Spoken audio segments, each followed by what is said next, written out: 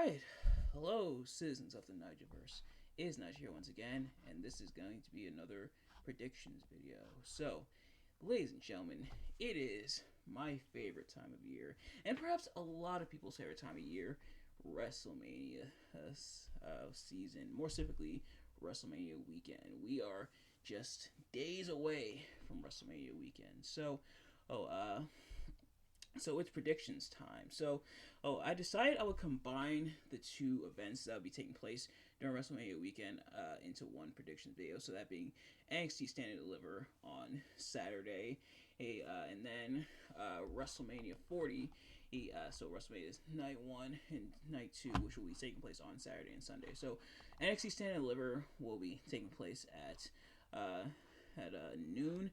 So I thought it said 11:30, but I think that's with the pre-show.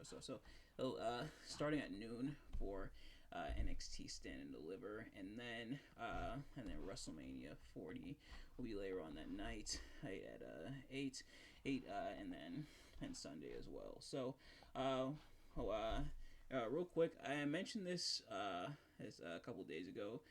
But for the reviews, I'm going to do my review of WrestleMania. First, NXT Stand and Deliver. My review for NXT Stand and Deliver is going to be on Monday. I'm gonna wait till Monday, and then my review of WrestleMania 40 nights 1 and 2. I'll combine those into one review. Will be on Tuesday, and in fact, I'll probably depending on if anything noteworthy or especially terrible happens, kind of like what I did last year. I'll also throw in the Raw after WrestleMania,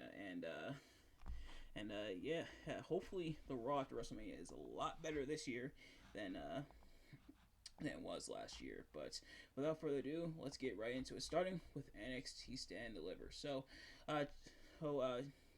Just a couple things before we begin. For starters, I'm just going in the order of. I'll start with this actually. For starters, I'm going to be going match by match, talking about who I think is going to win, and I'm also going to be predicting what I think will be the match of the night. But the other thing is that this is just the order they're laid out on the wiki. Doesn't mean that these are necessarily the order that they'll take place on the show. Kind of the same for WrestleMania, although some people will try. I think that one's a bit more set in stone as to I think that is like the official order, so that it might be an exception. But as for Stand Deliver, let's get right into it. Starting with the pre-show, we got a pre-show match as Shawn Spears will be battling Joe Gacy. So Shawn Spears returned to NXT not too long ago. Of course he was in AEW. Who left AEW, is now back in WWE and back in NXT. He no longer Ty Dillinger, but now Shawn Spears. So retaining pretty much his gimmick from AEW. And he's back. Had people like Rich Holland and I believe Hijack, but has run afoul of Joe Gacy. And so it's leading to this match here. Who do I think is going to win between these two? As much as Joe Gacy could kind of use the win, and Shawn Spears I don't think is losing, especially after him just returning and having all this momentum so far off his return and off his mannerism so far. So I think Shawn Spears is going to pick up the win there. But then next up for the NXT Championship, Ilya Dragunov will be defending against Tony D'Angelo. So Tony D'Angelo kind of inserted himself in the NXT title picture. At first, it was going to be perhaps another Ilya Dragunov versus Carmelo Hayes match, which, as great as that would have been, I think leaving it alone as a trilogy, if they face each other again later on down the line, cool, but leaving that just as trilogy within itself for the time being, I think is the smart move. But Tony D'Angelo essentially inserted himself, picked up the win, and with distraction by Trick Williams' music, and we'll get more to what's happening with Melo and Trick in a little bit. And now Tony D'Angelo is number one contender here. He and Ilya Dragunov have kind of been going back and forth against each other, including I believe Tony D'Angelo kidnapping Ilya Dragunov, like you do. but perhaps potential heel turn again for Tony D'Angelo. Oh, but nevertheless, that's going to be facing here. Although it would be cool, Tony D'Angelo winning the NXT Championship would be really cool here. But I don't think they're going to take it off of Ilya just yet. I think the person to take it off of Ilya Dragunov is going to be Trick Williams. I think they're going to run that match back. Heck, the first encounter they had against each other at Vengeance Day earlier this year was really good. Go check out my review of Vengeance Day to learn more. But yeah, I think Tony D'Angelo is going to come up short against Ilya Dragunov here. But still, I'm sure it's going to be an interesting match. But then next up, for the NXT North American Championship, Obafemi will be defending against Dijak and Josh Briggs. Right off the bat, let's address the elephant in the room. Some allegations have come up about Josh Briggs, but we're going to leave that for its own bubble and just talk about like the character and on screen and everything as we often do. Who, although when real life stuff does come up and interferes with things like that, and understandably so because stuff like that is important to talk about, but we kind of try to leave that in its own bubble and leave it just in the match in its own bubble. But Obafemi, of course, taking the NXT North American Championship from Dragon Lee, cashing in his breakout tournament contract is now North American champion, and it makes sense because now Dragon Lee is kind of up on the main roster. More about that in a little bit, but has been kind of been involved with Dijak and Josh Briggs. Josh Briggs kind of I'm looking through the wiki here for reference. I do have it to kind of get caught up in what's going on. It looks like this was after Josh Briggs kind of getting involved after Obafemi beat down Brooks Jensen, that of course being Josh Briggs' former tag team partner, which is weird because Brooks and Josh, it seemed like we're having kind of a rivalry, but I guess that's kind of on the back burner. Josh, I'm sure, still having some respect for Brooks. Would you believe that's not the first time that Brooks Jensen and Josh Briggs have had to fight each other? But nevertheless, so it leads to this triple threat here. Who I think is going to win? While it would be really cool for Dijak to pick up the North American Championship here, I don't think they're going to take it over Obafemi just yet. Like, he just won it not too long ago. I think he's going to hold on to it for a little bit longer. But this match, which I think is still going to be a pretty good one. I'm interested to see how this match goes. But yeah, I think Obafemi is going to hang on to it here. Then next up is for the NXT Women's Championship, Lyra Valkyria will be defending against Roxanne Perez. So Roxanne Perez has snapped. She turned heel. She attacked Lyra Valkyria. Pretty much, she was kind of from what I was seeing, she was kind of a tweener in a way, but now has gone full on heel. Well, upset because she never really lost the NXT Women's Championship. Of course, she had to relinquish it after she passed out after a match against Meiko Satomura, and so now that's coming back up and getting in Lyra Valkyria's grill. Attacking her multiple times. They've kind of been brawling against each other, so it's leading to this match here. This one I think could go either way. Call it a hunch, but I think Roxanne might eke out the win here. She's getting a lot of momentum now as a heel. So I think they're going to use that to catapult her to becoming NXT Women's Champion once again. So I'm going to go with Roxanne Perez here. But then next up for the NXT Tag Team Championships, Baron Corbin and Braun Breaker will be defending against Axiom and Nathan Frazer. So Braun Breaker and Baron Corbin, kind of an unlikely pairing. They were paired up for the Dusty Rhodes Tag Team Classic. They won the Dusty Rhodes Tag Team Classic and then won the NXT Tag Team Championship.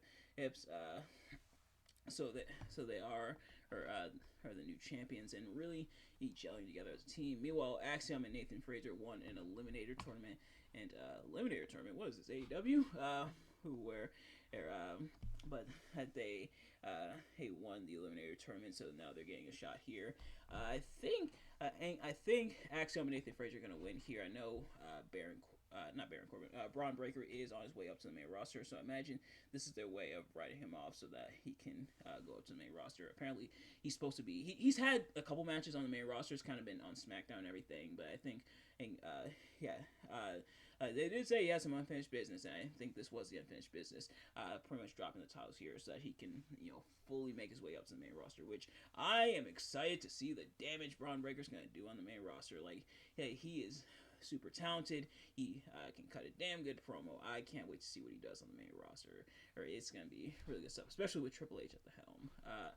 Like if Braun Breaker, I think with Vince McMahon in charge, I'd be kind of scared.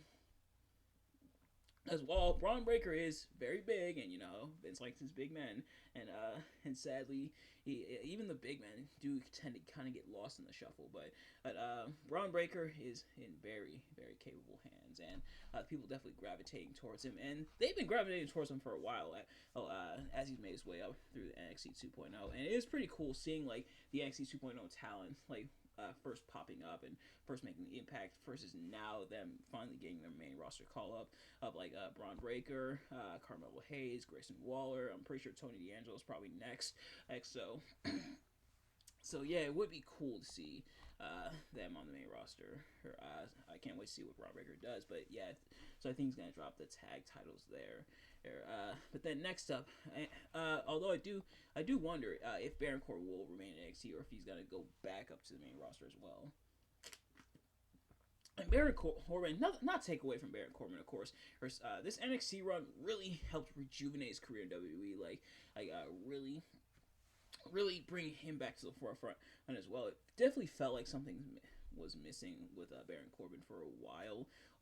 Since his main roster call up way back when in 2016, but and now kind of being in NXT and kind of hitting his stride again. I think it was really cool.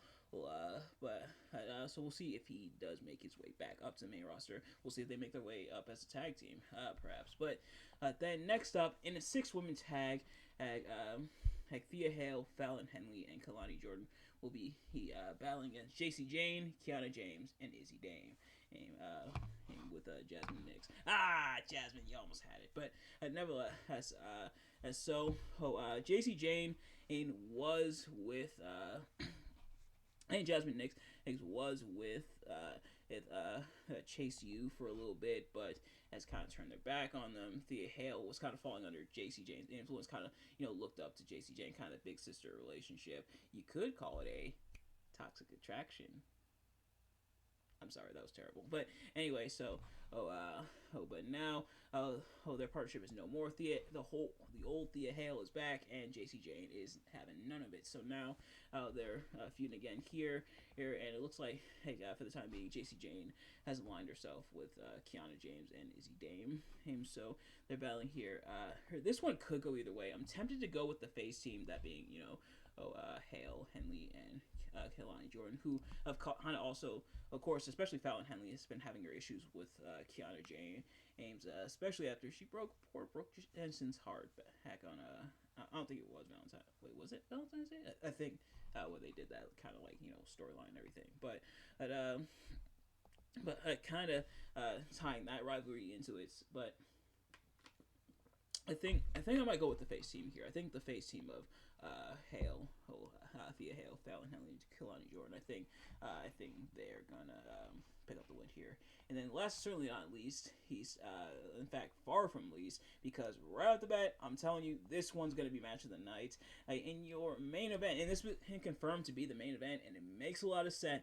Hence, a match I'm sure a lot of people are excited for, or her friends become bitter enemies. He's a while in the making, as Carmelo Hayes will finally go one-on-one with Trick Williams. So, for the longest time, Carmelo Hayes and Trick Williams were her friend, hence Hasbro. It was Trick Mello Gang for life. They were a tag team, but Trick Williams started to get momentum of his own, really started to break out as a solo star, and Mello got jelly. So, so Trick Williams was taken out, and Mello was trying to find out who done it. Trick Williams did come back, eventually won the Iron Survivor Challenge, challenged Ilya Dragunov at Vengeance Day, but was unsuccessful. But that's when and the straw. That's when things finally. That's when the straw finally broke the camel's back. When and Carmelo Hayes attacked Trick Williams, he revealed himself to be the man who attacked Trick Williams way back when and cost him the opportunity. Trick Williams was supposed to be in like a fatal 4-way to determine who would face Ilya Dragunov at Halloween Havoc. So Melo was the man behind it all along, and revealing that he only saw Trick Williams as a sidekick, and essentially being jealous of Trick Williams' success, feeling that Trick overshadowed him, and Trick Williams did come back. Like I mentioned, Tony D'Angelo played Trick Williams' music, distract Melo. Oh, and then Tony, he said, I pulled the trick, but here's Trick Williams anyway, and Trick Williams attacked Melo, which is kind of funny and kind of shows like the smarts of the Don, Tony D'Angelo, of course. But why not just have Trick Williams come out normally? Trick did come out from the back because Carmelo Hayes been walking around security and everything, and so it would have been tricky. But just have Trick Williams come out from the back like he did when he attacked Melo. But so these two have been going at it, and it's leading to this match here. Alright, so quick edit there. My mic disconnected for a second. And talking about the awesomeness of Trick Williams. So, who do I think is walking out victorious? I think Trick Williams is picking up the win here. Pretty much to give Trick Williams give him that boost. Now that Carmelo Hayes is on his way up to the main roster, and now that Trick Williams is really starting to come into his own as a solo star, or I think Trick Williams getting the win here to really help establish him officially as like a solo star, or I think is the direction they're going, and I imagine and I hope it's the direction they're going. Trick Williams had a lot of momentum, and it's not often when people chant that when people chant the catchphrase and now add their own ad libs. Like, hey, I saw a clip not too long ago of people doing the whoop that trick chant, but now people doing like the what, like Booker T does,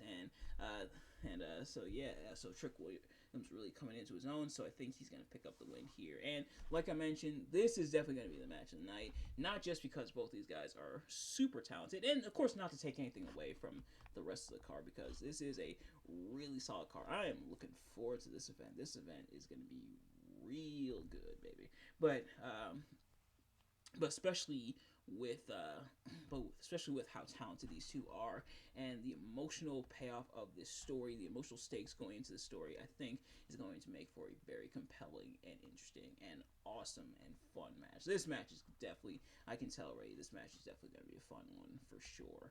But let me know what you guys think. Who do you think is going to win? What do you think is going to be the match of the night? Let me know. But now we move into WrestleMania 40. WrestleMania 40, of course, is coming to Philadelphia, and so is Stand and Deliver as well. But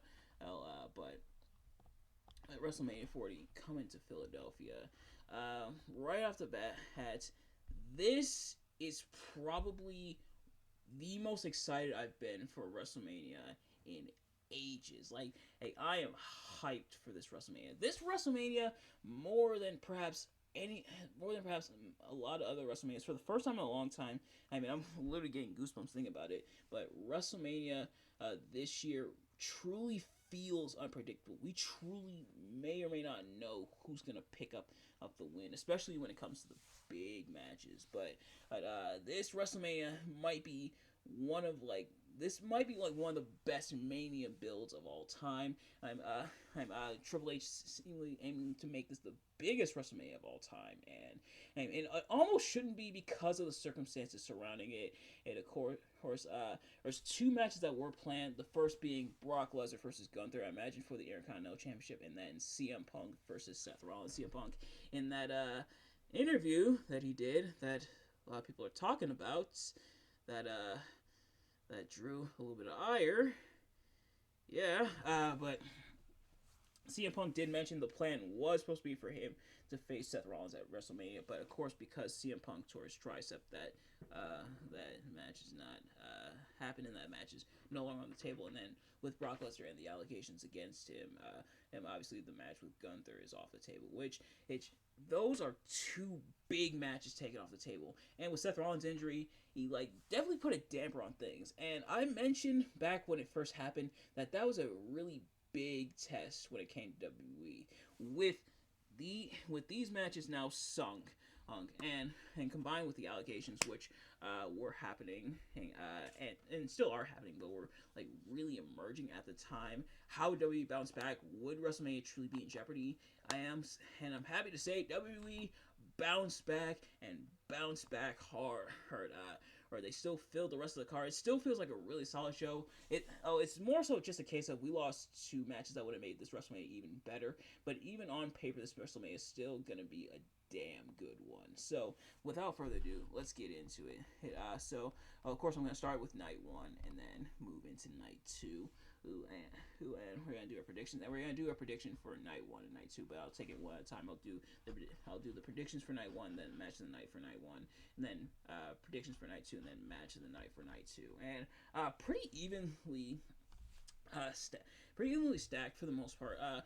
Night 1 has 7 matches, night 2 has 6 matches, but kind of also 2 theme nights. I'm noticing night 1's theme is kind of tag team or like teaming and everything. And there are 4 tag team matches on this card. Meanwhile, night 2 is more about the championships. Now, night 1 does have its championship matches, and night 2 does have a tag team match, but for the most part, night 2, especially about the tag team match, especially the big titles, the world titles. So starting off with night 1, and I kind of mentioned, I think this is kind of like the final order, and this is the official card at time of recording. And so unless they add a match, same with the NXT Stand and Deliver card, unless they add a match in the dead of the night, hey, this is the official card. So we're gonna do our predictions accordingly. So starting and while this may be the official order, it is worth mentioning just in case that things could change around. It doesn't necessarily mean it'll be the order, but I think this is supposed to be the like official order, if I'm not mistaken. But starting off with the Women's World Championship match, Rhea Ripley will be defending against Liv Morgan. I mean Becky Lynch. And seriously, some of the Liv fans were kind of annoying with wanting Liv in this match. Look. Liv, if going against Rhea, I think would be pretty cool. They might save it for SummerSlam, I'm not sure, but let Becky have her moments. Although Becky, with some of the things going on within her book and everything, kind of started in the doghouse a little bit. But nevertheless, Becky Lynch won the Women's Elimination Chamber at Elimination Chamber in Perth. Go check out my review of Elimination Chamber to find out more about that. And people still want to Liv in this match, even though Liv was in the chamber and she lost. I was trying to compare it to Cody, even though Cody won the Royal Rumble. But I don't know. I mentioned before. I think I might have mentioned, but it's not. I'm gonna mention it now. I like wrestling. I love wrestling. Hey, honestly. But sometimes I hate wrestling fans, and that those sentiments are going to rear their ugly head once again later on in this review. But not this review, this prediction, and you know what I mean, this prediction video. But nevertheless, Becky Lynch won. The Elimination Chamber is now going up against Rhea Ripley. This one could go either way. I think Rhea's going to retain. But I wouldn't be surprised if Becky Lynch picks up the win, even though, in my opinion, Becky really doesn't need it. So I think Rhea Ripley is going to retain here. And it would be cool if this sets up to Rhea Ripley versus Jade Cargill later on down the line, such as like at SummerSlam or something like that. But yeah, but my gut, I think I'm going to go with Rhea Ripley. I think I'm going to go with my gut and go with Rhea Ripley.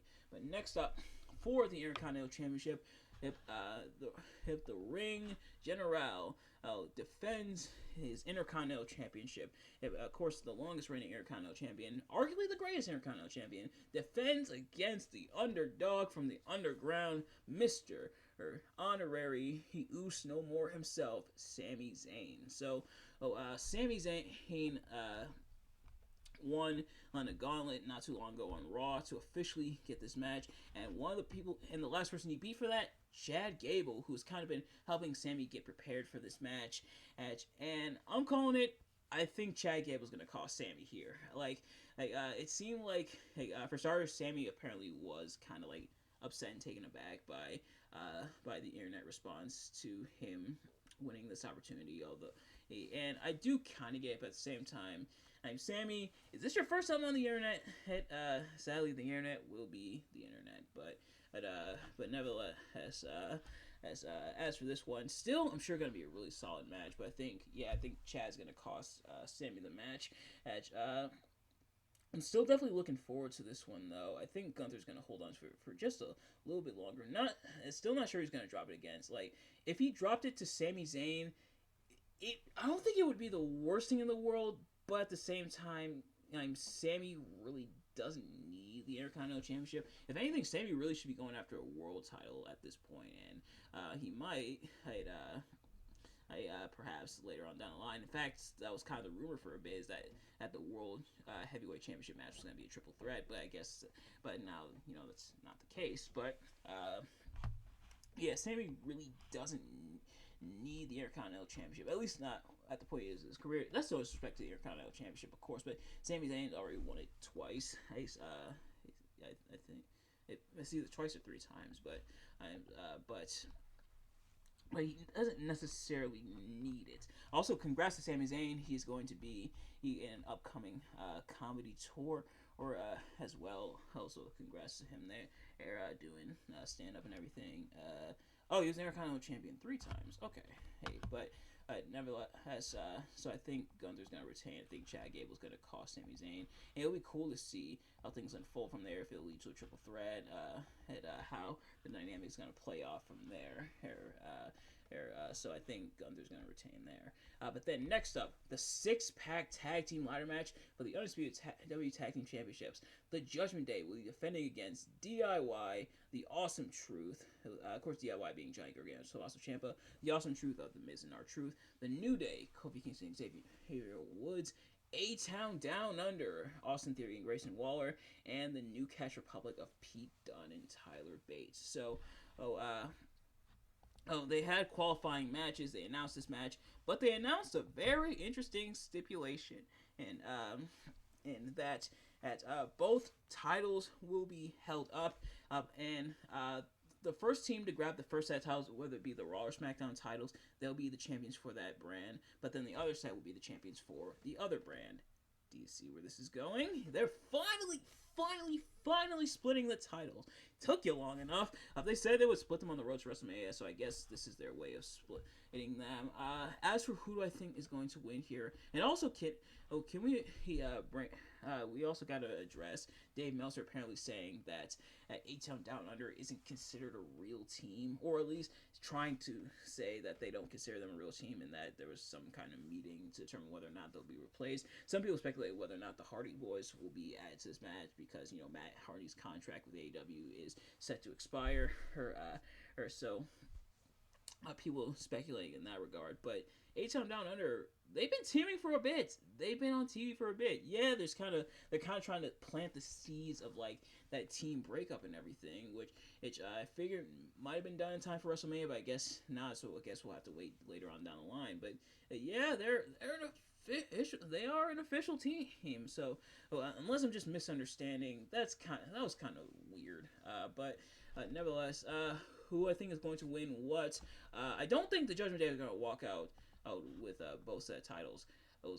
And there is kind of a chance that they might not walk out with either titles. I think the Raw titles are probably going to go to the Awesome Truth. Of course, R-Truth has been having his feud with the Judgment Day, where he thought he was a member. It took him a while to realize, oh no, I'm not a member. Oh no, they actually hate me. And then, of course, the Miz getting involved, reuniting the Awesome Truth, which people were happy for at first, but then kind of turned on again the internet.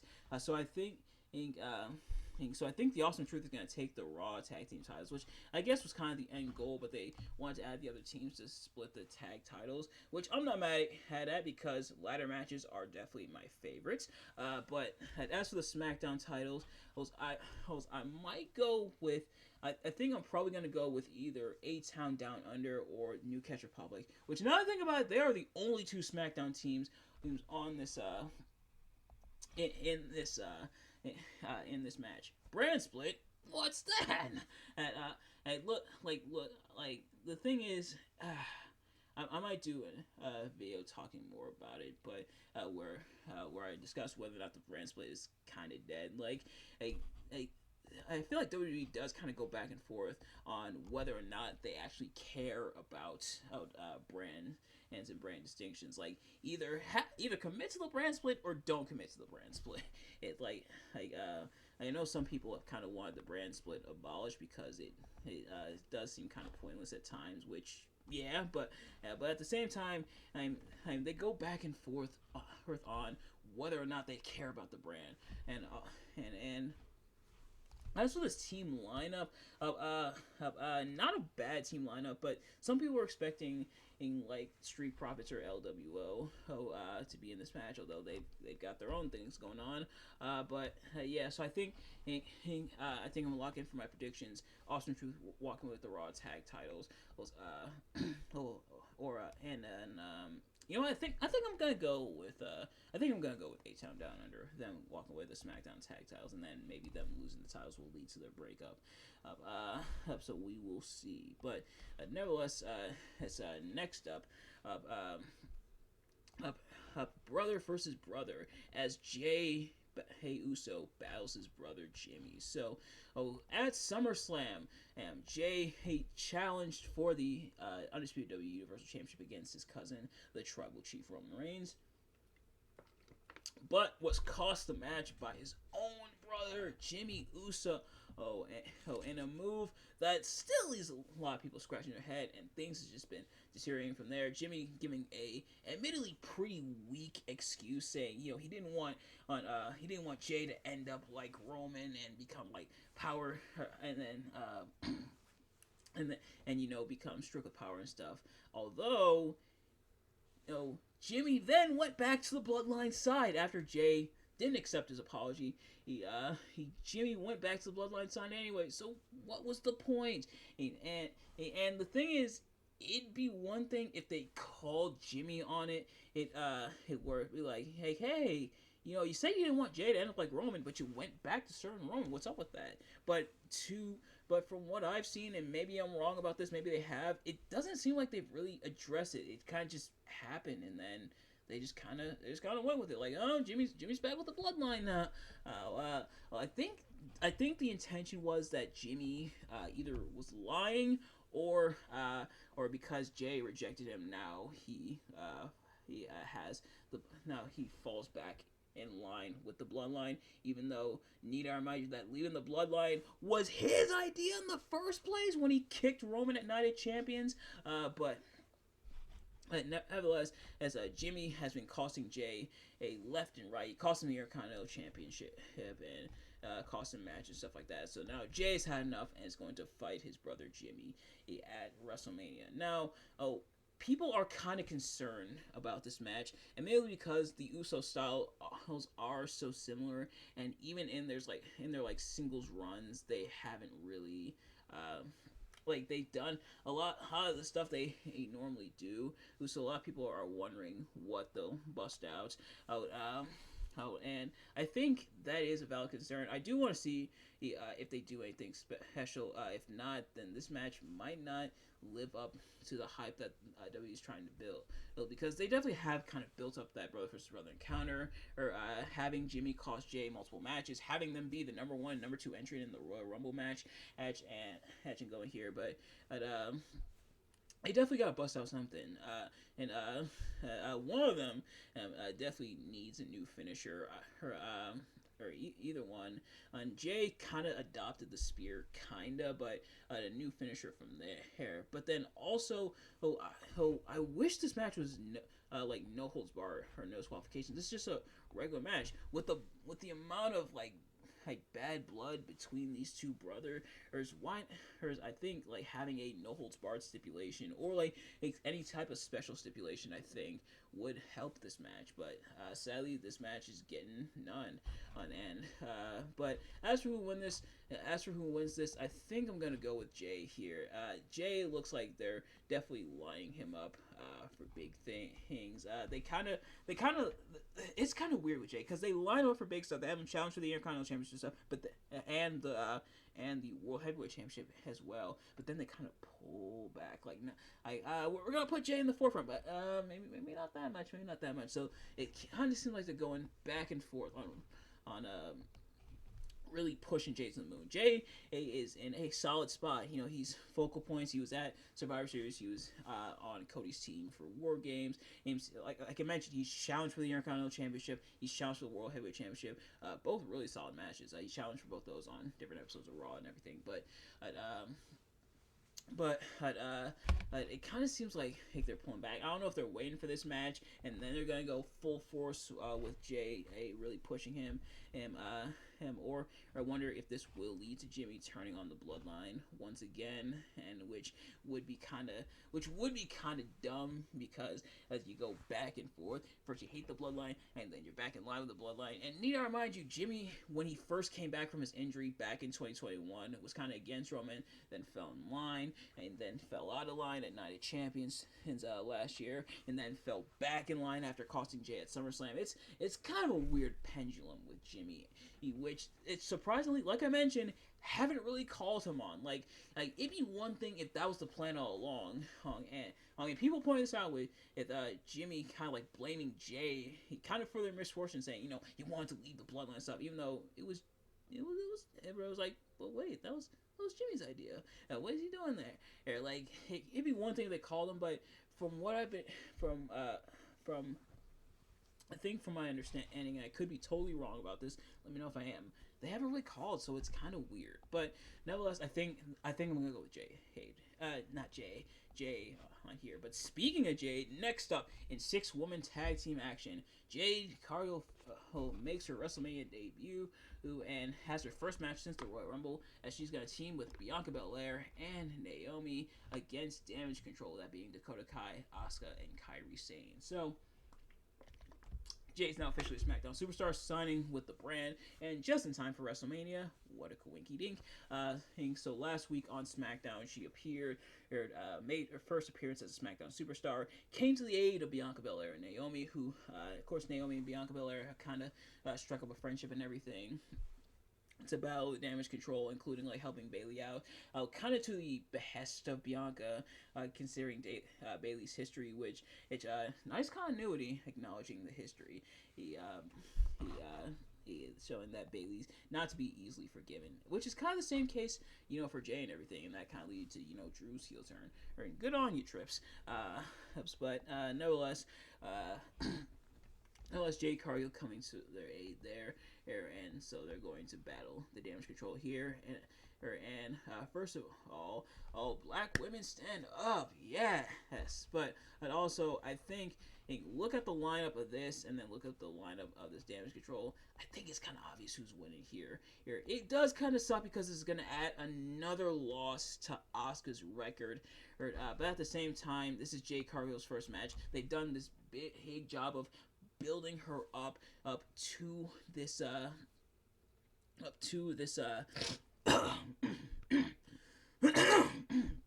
my goodness, excuse me. Oh my goodness, excuse me.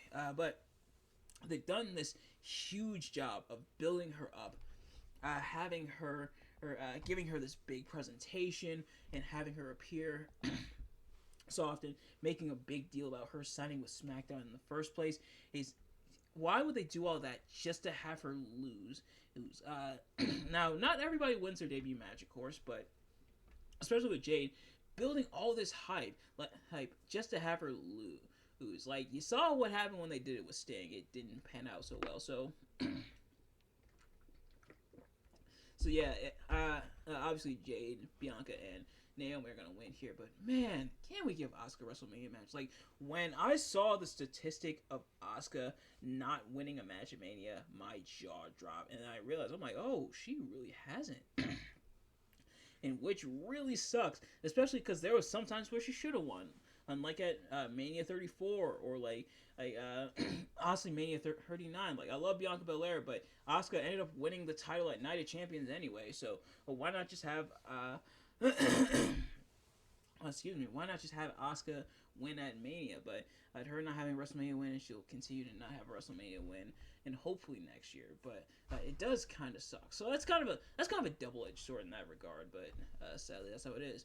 But then next up in a interesting turn of events, and we have a tag team match as the LWO's Rey Mysterio and Dragon Lee will battle Santos Escobar and Dirty Dominic Mysterio. It's surprising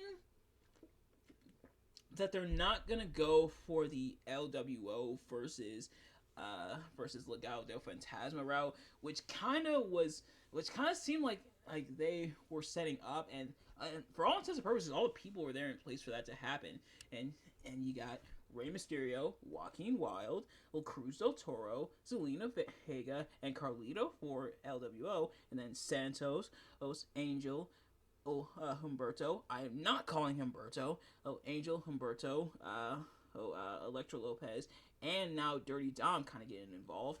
Also, it seemed perfect for LWO versus Legado del Fantasma, and with the feuding that's been going on, that seemed to be the course of action. But for some reason, I'm not going with it. Maybe there's some kind of reason, I'm not sure. But anyway, yeah, Dirty Dom's kind of been getting involved now with Legado del Fantasma. He cost his father Ray the match against Santos. Ray had came back after Santos took him out and battled Santos. So now, how Dirty Dom's kind of involved, which draws the ire of the Judgment Day. Hey, Rhea's upset, like, why didn't you tell us you were gonna you were gonna get involved with Legado del Fantasma and everything, and so it's causing some tension there. And Ray decided, you know what, I'm gonna take care of the two men I despise the most, which on one hand, and it's kind of cold to say about your own son, but then on the other hand, look at what Dominic did, and that's kind of justifiable. But then Ray unveiled the newest official member of the LWO to team up against him, and this happened last Friday on SmackDown. Ray unveiled Dragon Lee, who of course has kind of been Ray's protege. Ray has touted him as the future Lucha Libre. Hey, I sure hope he doesn't fizzle out in WWE. Not only just because of high praise, but just because Dragon Lee in general is really talented, really awesome to watch in the ring. If you haven't watched a Dragon Lee match, you are in luck with this tag team match, but nevertheless, Ray and Dragon Lee are going to be battling Santos and Dom, but also you notice a little bit of jealousy perhaps from Carlito. Carlito looked a little upset, a little hurt that Ray didn't pick him. Is Carlito the next to turn on Ray? Also, why is everybody turning on Ray? Honestly, although I'm not too mad at it because in my opinion, Carlito's a better heel anyway than face. But yeah, as for who's gonna win this one, if we are doing the Carlito turns, spots, I think it's probably gonna cost Ray and Dragon Lee the match. In fact, I think that might be the route out there going. Carlito turning on Ray. In fact, I'm locking in that I think is gonna happen because Ray and Dominic fought last year and Dominic lost. So give Dominic his win back against his father Ray. So yeah, I think I'm gonna go with Santos and Dirty Dom here, and last but not least, and this is gonna be the main event for night one, as a tag team match, as the Tribal Chief Roman Reigns teams with his cousin, the Final Boss Serena Deeb, The Rock, which that was another fun day on social media, and it's almost like I should stay off social media, I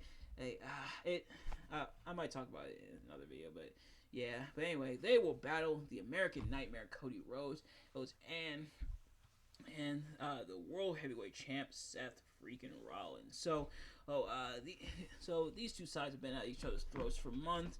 And remember when I was saying how WrestleMania 40 has such a great build, and this is how excited I've been. And this kind of this kind of feud, it is definitely what I'm referring to when I talk about that, because these two sides have been on fire. Seth, I think Cody going after The Rock and Roman Reigns, and etc. This all stemmed from the WrestleMania 40 press conference, where Cody officially announced that he will be battling Roman, and seemingly, quote unquote, made fun of the family, which drew the ire of The Rock. So now The Rock has joined up with his cousin Roman, has officially turned heel, has gone Hollywood and everything, and is now part of the bloodline, helping out his cousin Roman, and they're going to face off against Cody and Seth here. Or is The Rock a part of the bloodline? And that's kind of been the other story: is The Rock truly a part of the bloodline? Some things seem to there's some breadcrumbs indicating that he might not be. Although it'd be kind of awkward if Rock is revealed as a double agent after the way he bloodied Cody on Raw last week. But nevertheless, so these two sides have been going. But we do have a stipulation here: if Cody Rhodes and Seth Rollins win, all members of the bloodline will be barred from ringside during the undisputed Universal Championship match on night 2. That obviously being between Roman Reigns and Cody Rhodes, which we of course will get to. But if The Rock and Roman Reigns win, the championship match on night 2 will be held under bloodline rules, meaning bloodline rules, pretty much what we want essentially. So I think this is one that's truly unpredictable. There are arguments for either side winning, so it's really unpredictable. Well, when I say a match can go either way, now I normally don't mean this out of I don't mean it out of apathy, like where I don't care who wins, but more so that it really could go either way. But this time, I truly mean it.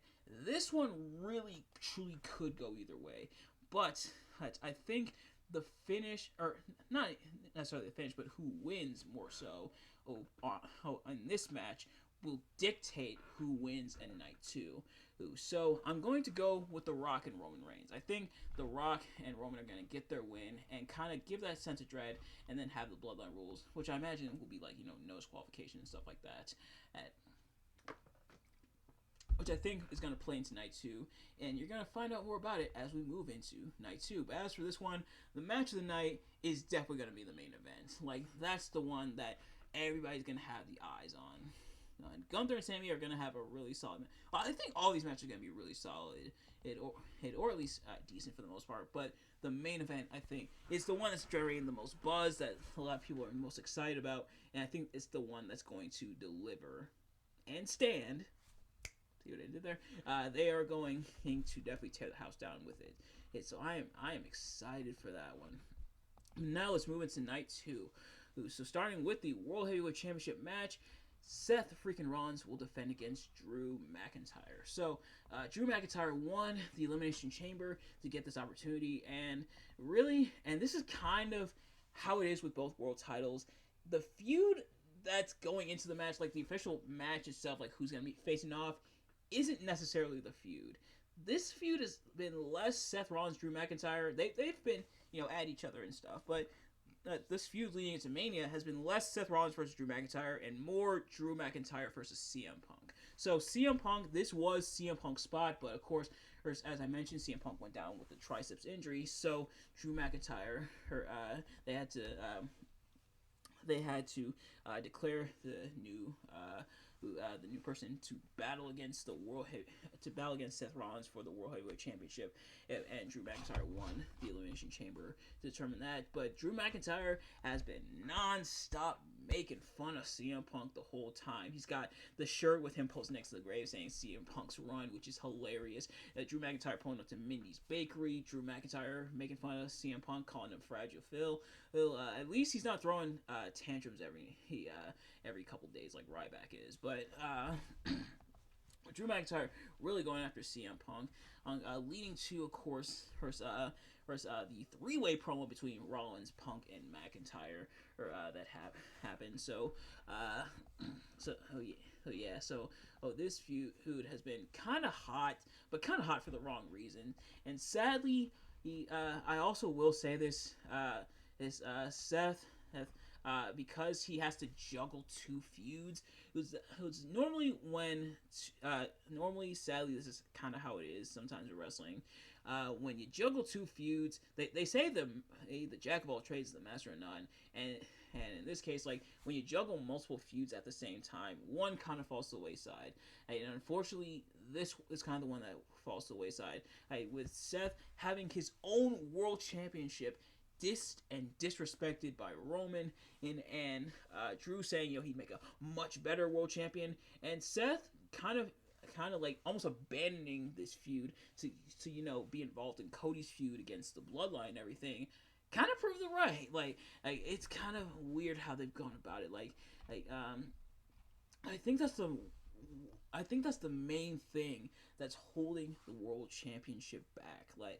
The World Heavyweight Championship back from being that true second world championship, and not even just in name alone, because the Universal Championship is like the championship in WWE, but then the World Heavyweight Championship was introduced, supposed to be the Workhorse Championship, supposed to be the World Championship for Raw, but then you have like Seth he puts on fantastic matches and really tries to elevate the title, but then with the booking like that, and with the title being foregone, then the title just kind of falls into irrelevancy, and that's really unfortunate. It really does a disservice to the title. And I imagine if the feud had gone the way it was supposed to with CM Punk and everything, I think we might be singing a different tune. But for now, oh yeah. So, as for this one, I think Drew McIntyre is going to win the World Championship, but I think Damian Priest is going to cash in. Either Drew McIntyre is going to win the World Heavyweight Championship outright, and then Damian Priest is going to cash in, or Damian Priest is going to cash in and make it a triple threat, and then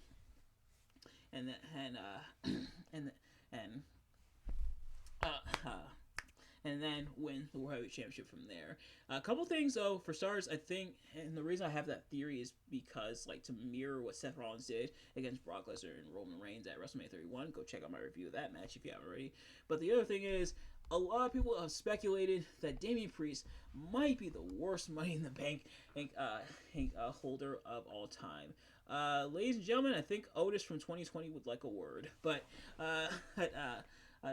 it is kind of like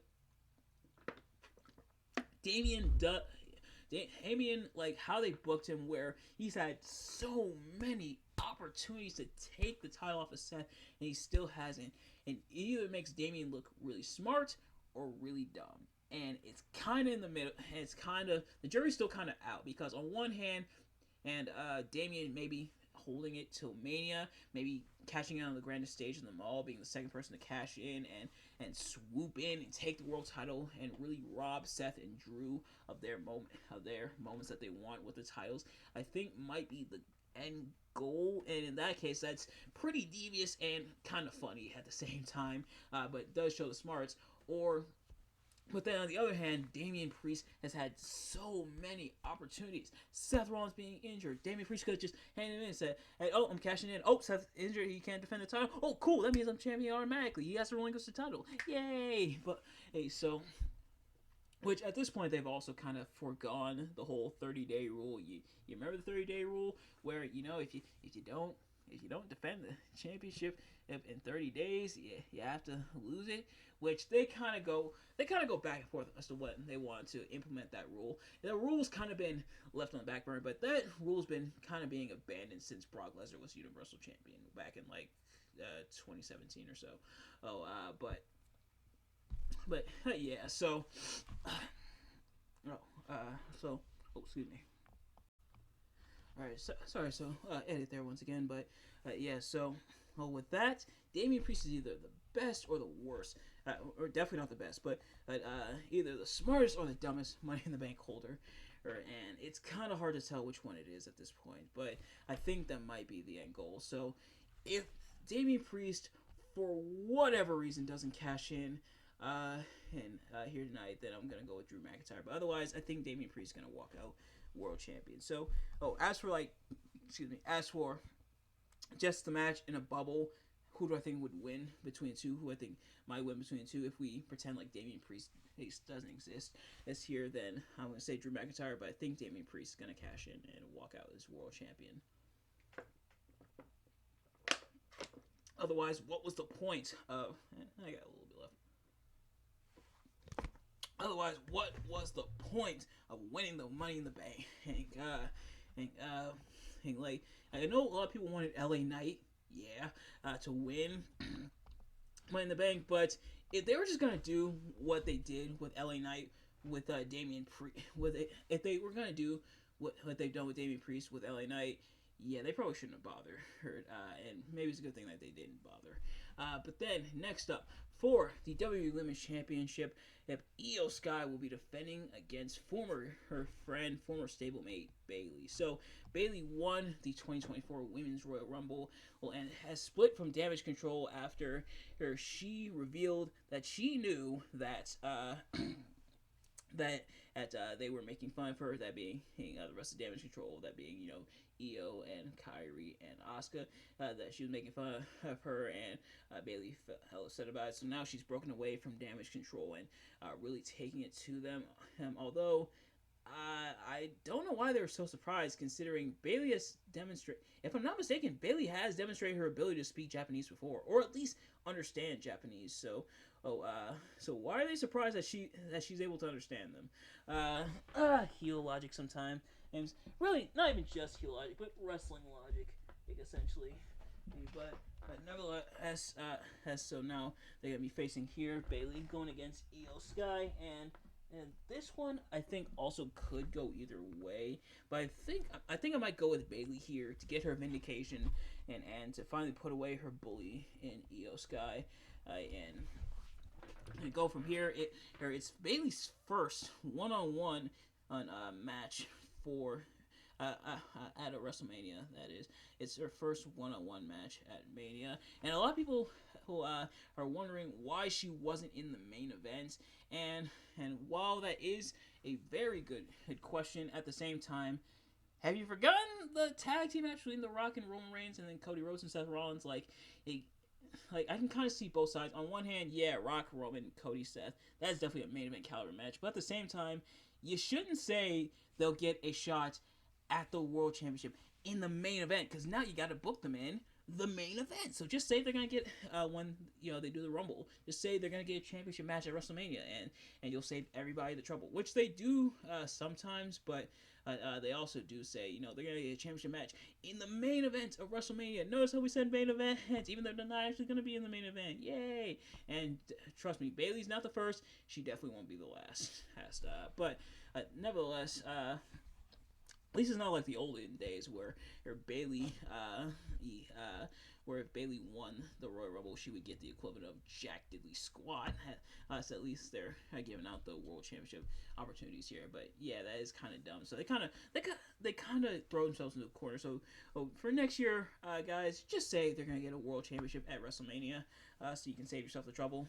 World Championship match, World Championship match at WrestleMania, and just save yourself the trouble. But then next up, speaking of LA Knight, he is gonna go one-on-one with AJ Styles. These two have been at each other's throats. AJ Styles came back as a heel, and came back real swole, real jacked, baby.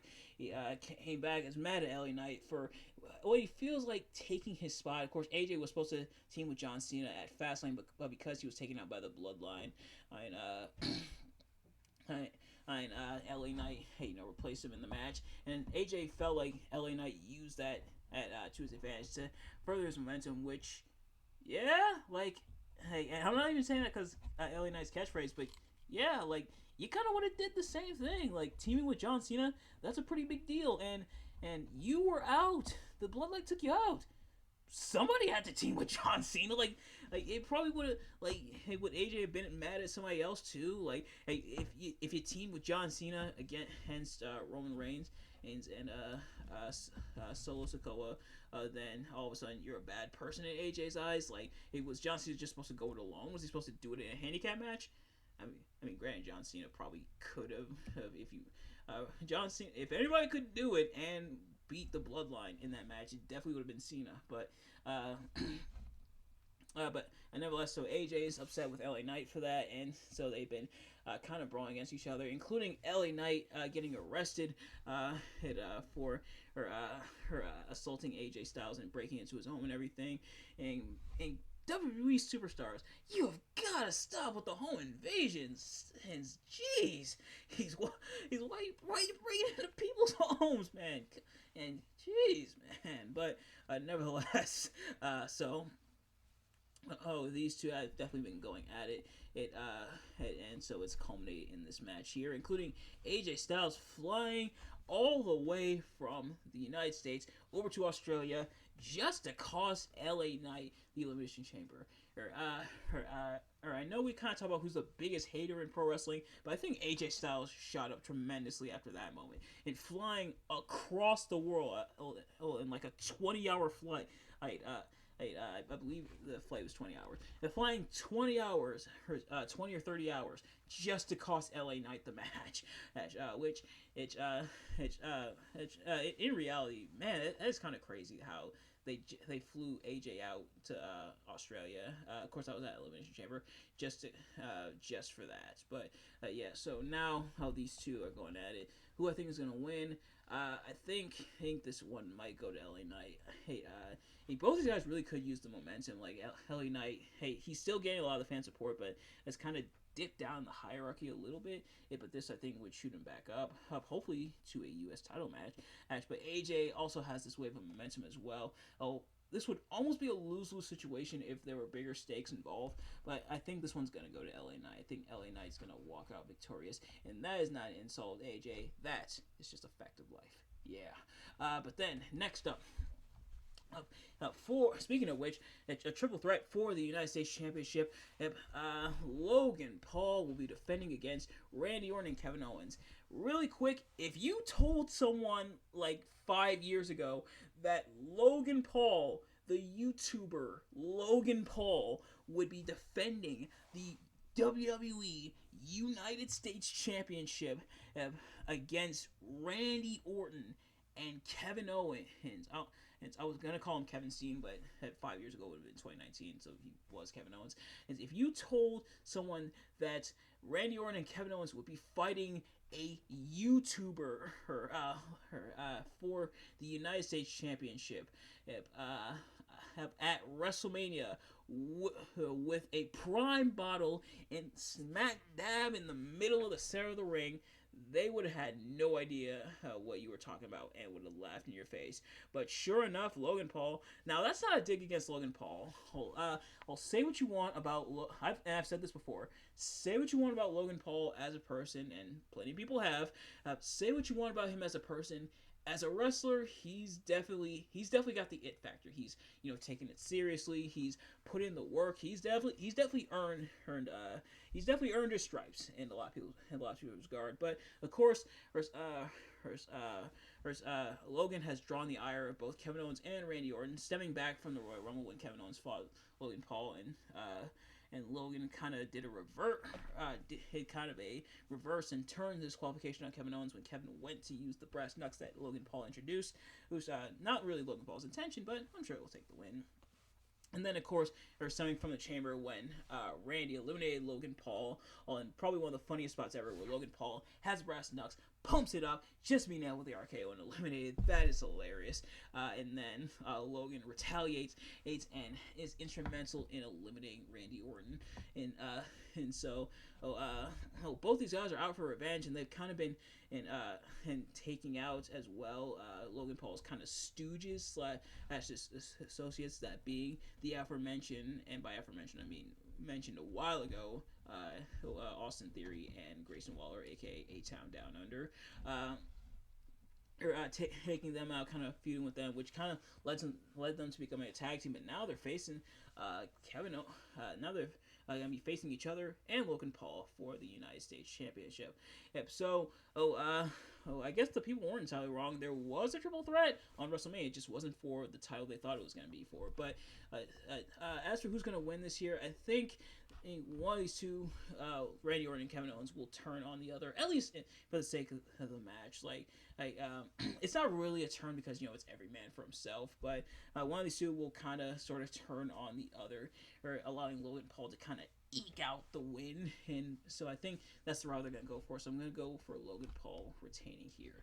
But then next up, a match that was seemingly almost cut, but it looks like they're gonna have it anyway. The Pride, that being Bobby Lashley, Angelo Dawkins, and Montez Ford, aka the Street Profits, with BFAB, will be battling the Final Testament, that being Karrion Kross, Akam, and Karrion Kross, and then Akam and Razor, aka the Authors of Pain, alongside Scarlett and Paul Ellering. So these two sides have been feuding for months. Admittedly, not the greatest feud. The feud definitely could have been better, but these two have been going after each other for months, and it all comes to a head here. Hopefully, this is the end of the feud, but they're going to be battling each other in a Philadelphia street fight. Like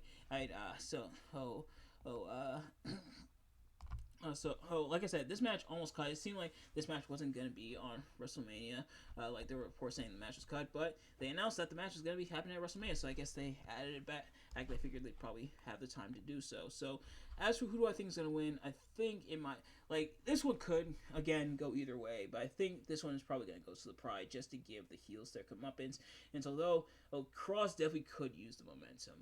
It seemed like Kross is finally getting this push where he's having the stable, which I don't think I've said it on the channel, but I said kind of to myself, and to some of my friends when we talk about wrestling and stuff.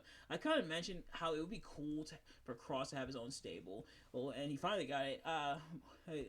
More so Four Horsemen of the Apocalypse kind of stable, because that's kind of Kross's gimmick is Apocalypse and stuff like that, and akin to Apocalypse from the Marvel X-Men comics and stuff.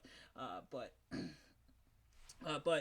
nevertheless, so I think this one might go to the Pride there, and I guess the Pride is now their official name. That was kind of their, I think, and for Bobby Lashley and Street Profits, the Pride, and BFAB and everything. The Pride was kind of their working name, they were kind of referred to internally as the Pride, but I don't think they were necessarily stated as such. But now I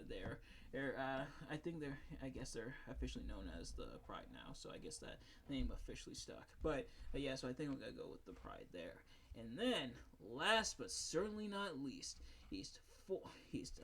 for the undisputed W Universal Champion, and for the second year in a row, the Tribal Chief Roman Reigns, he's the head of the table, will be defending the undisputed W Universal Championship against the American Nightmare, the American Roller Coaster, Cody Rhodes. So Cody Rhodes won the Royal Rumble back earlier this year, back in January, and what a twisting road we've gone to here.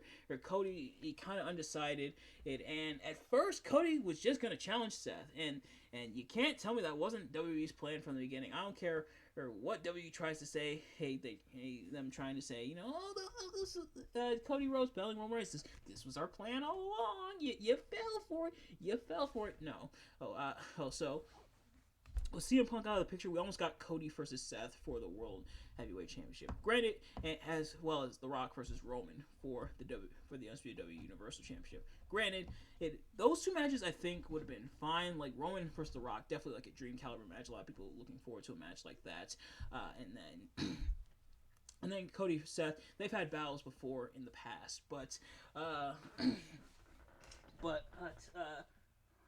of course, now they're on the same side. Of course, for the tag match, but I don't think this match would have been bad, but that's not what people wanted to see. So people pretty much gave Cody the Daniel Bryan treatment. The "We Want Cody" movement was started, and Cody Rhodes essentially was moved up to the Universal title picture. They said Cody's gonna be in the Undisputed W Universal Championship match. He's gonna face Roman. He's gonna beat Roman, and we are not taking no for an answer. So, The Rock essentially was forced to turn heel, and props to The Rock for essentially he realizing. At first, The Rock wanted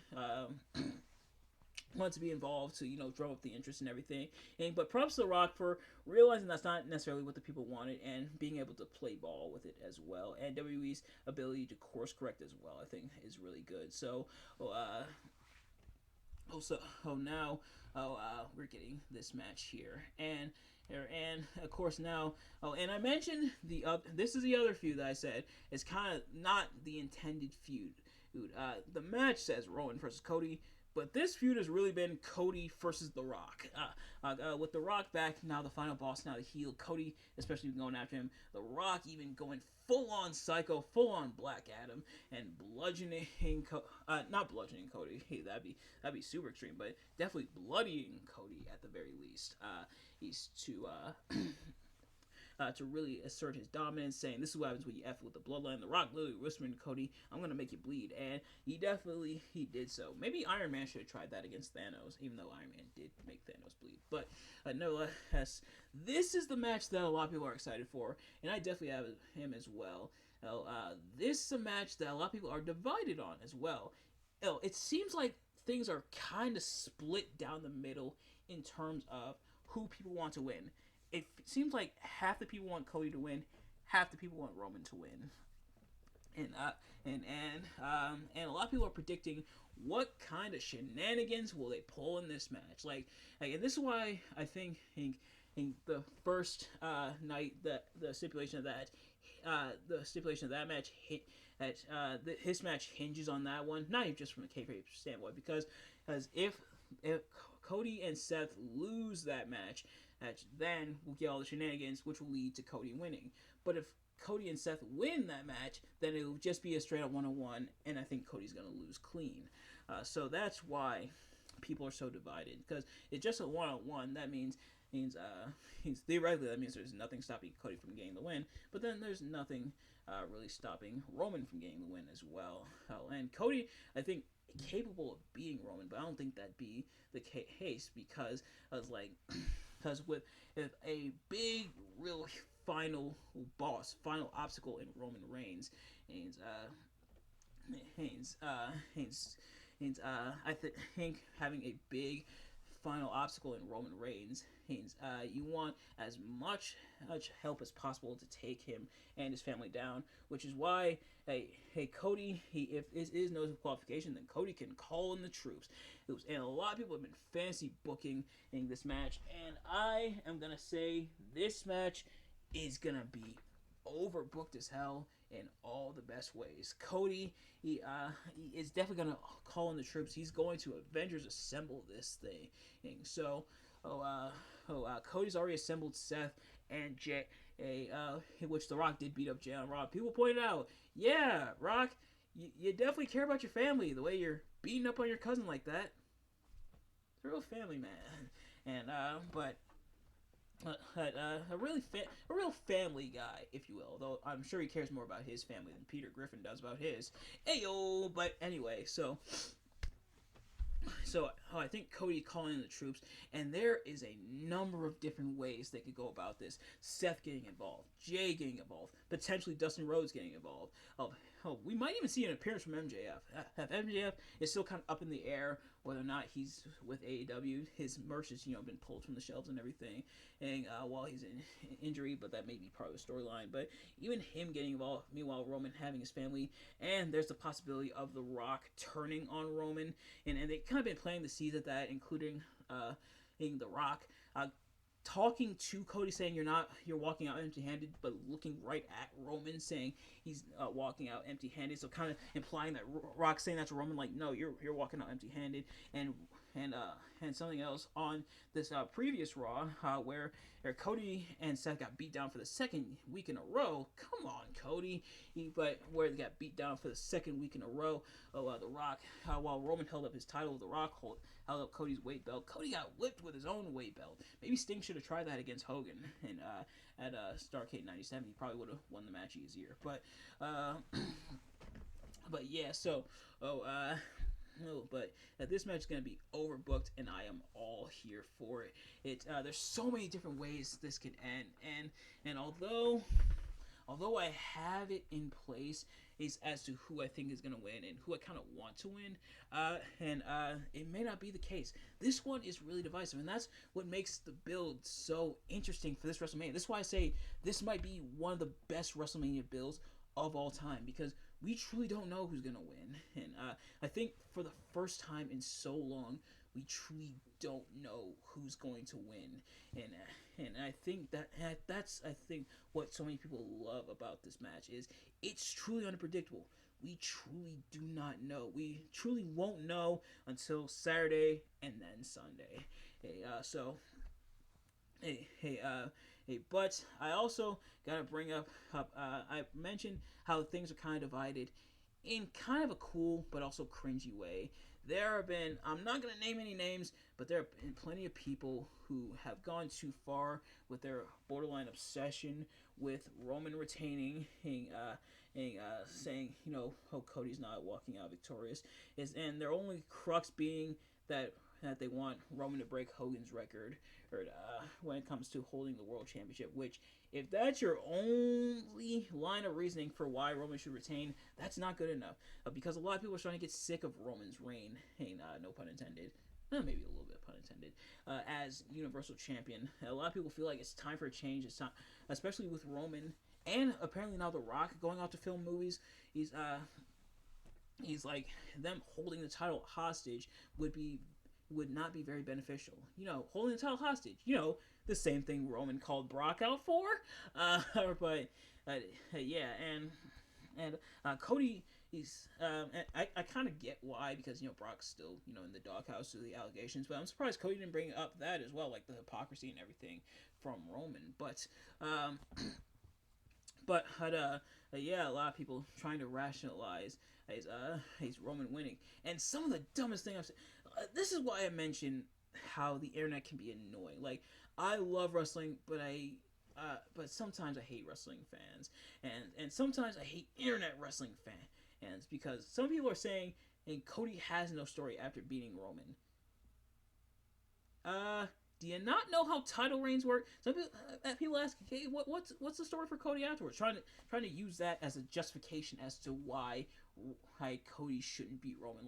Hey, after this, where does Cody go from here? He has nowhere to go from here.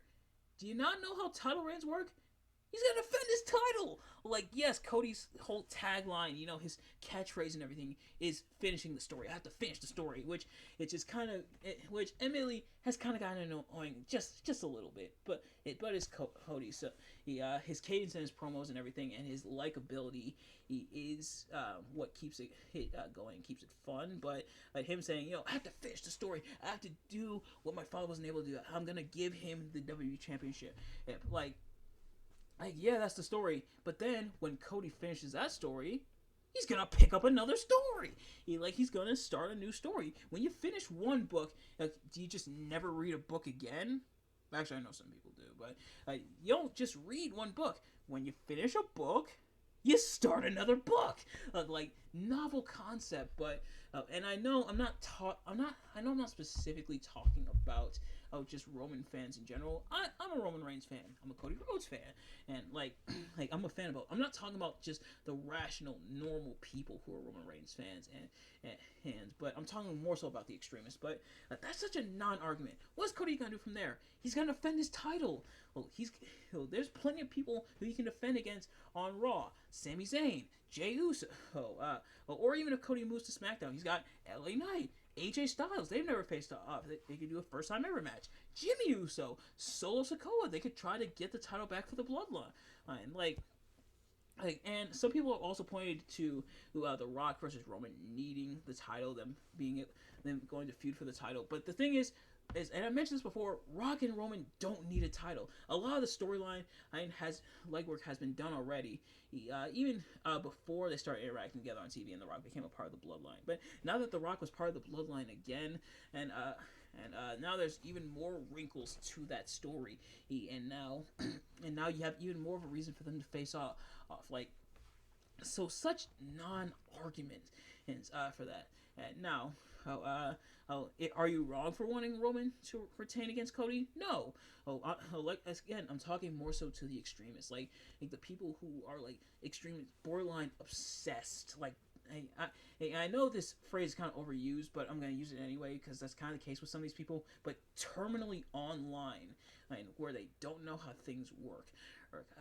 But now that the rant's over, or if it hasn't been obvious already as to who my pick here, I'm going with Cody Rhodes. When he lost last year, it was baffling. A lot of people, it left a lot of people scratching their heads. Cody lost. Cody lost. Like Cody lost against Roman. What? Like people were confused, and that's another thing that kind of drove the we want Cody movement, and I mentioned how this was WWE's Damage Control. The plan, if the people weren't gonna go, if the people didn't rebel against it, the plan would have been Rock versus Roman, but they might say that for next year. They might even say that for SummerSlam. Granted, it's a WrestleMania caliber match, but you also want to give the people at SummerSlam their money's worth. But there's Damage Control there. But when Cody Rhodes lost last year, a lot of people were confused.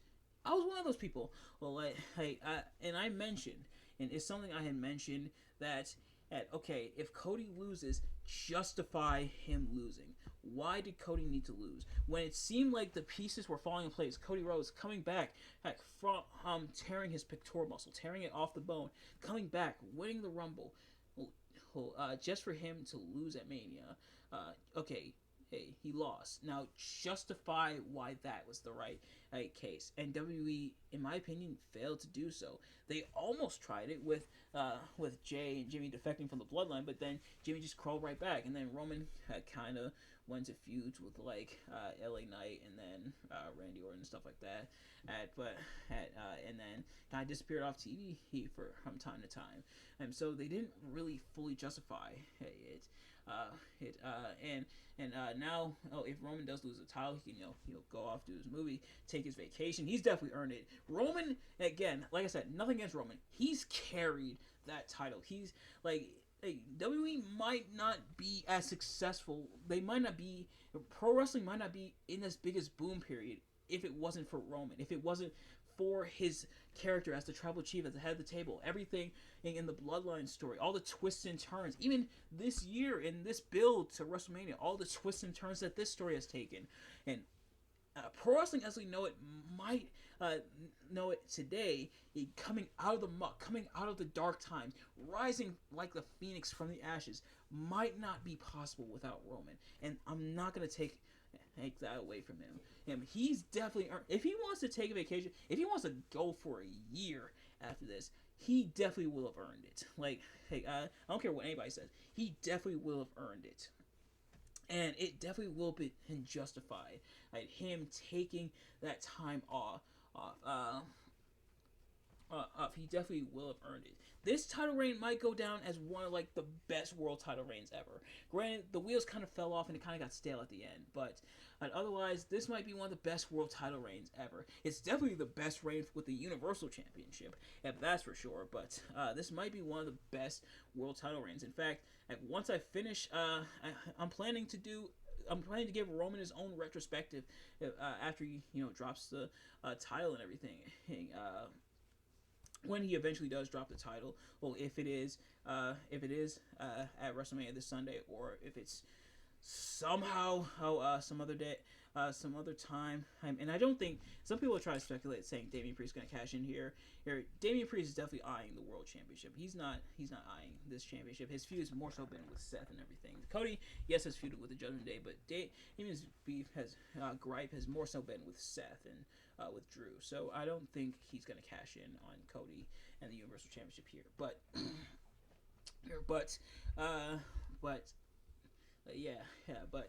so I think Cody is going to win here. Finally, finish his story and start a new story, because that's how title reigns work. And especially with Cody being the cover star of 2K24 or getting the We Want Cody movement, why would they do all that just to have him lose again? That's even more holding justification for him to win than the previous year. The justification was there last year, and the bill was there last year, but we got even more now that Cody Rhodes has been back in WWE. That we have seen him throughout the year. He's seen him at most, if not all, the events. We've seen him at the meet and greets and stuff like that. Really established himself as the face of the people. Cody really established himself. Putting him in that really top echelon spot, almost to the extent of where John Cena has been. And I don't necessarily know if I would go that far, but I'd say pretty close to it, going to that spot where Cena is. All that just to have him lose again, it'd be really baffling. Why waste another championship shots. Especially now, how the stipulation is, if Cody loses, he's not getting another shot at the World Championship. I don't know if that's like permanent, where Cody's not going to get another shot at the title again, and if he loses, but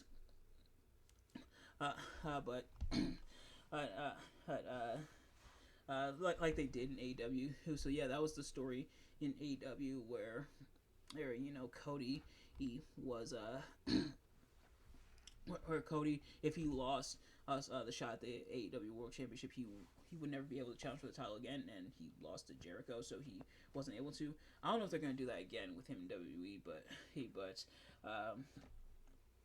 yeah, so definitely a lot of build and a lot of stakes going into this match. So that's why this one's definitely going to be the match of the night for sure. And I am definitely looking forward to this match. This one's going to be an awesome match. It's going to be overbooked, but it's going to be a lot of fun.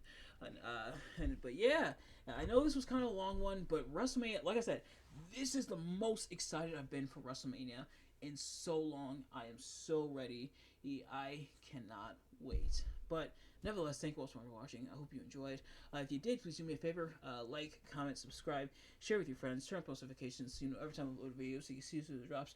And let me know in the comments your thoughts on my predictions. Who do you think is going to win? Who do you think is going to be the match tonight on WrestleMania and Stand and Deliver? Who do you think is going to win? And who do you think is going to come out on top on both those shows? But nevertheless, thank you all so much for watching. I'll see you guys later. Peace.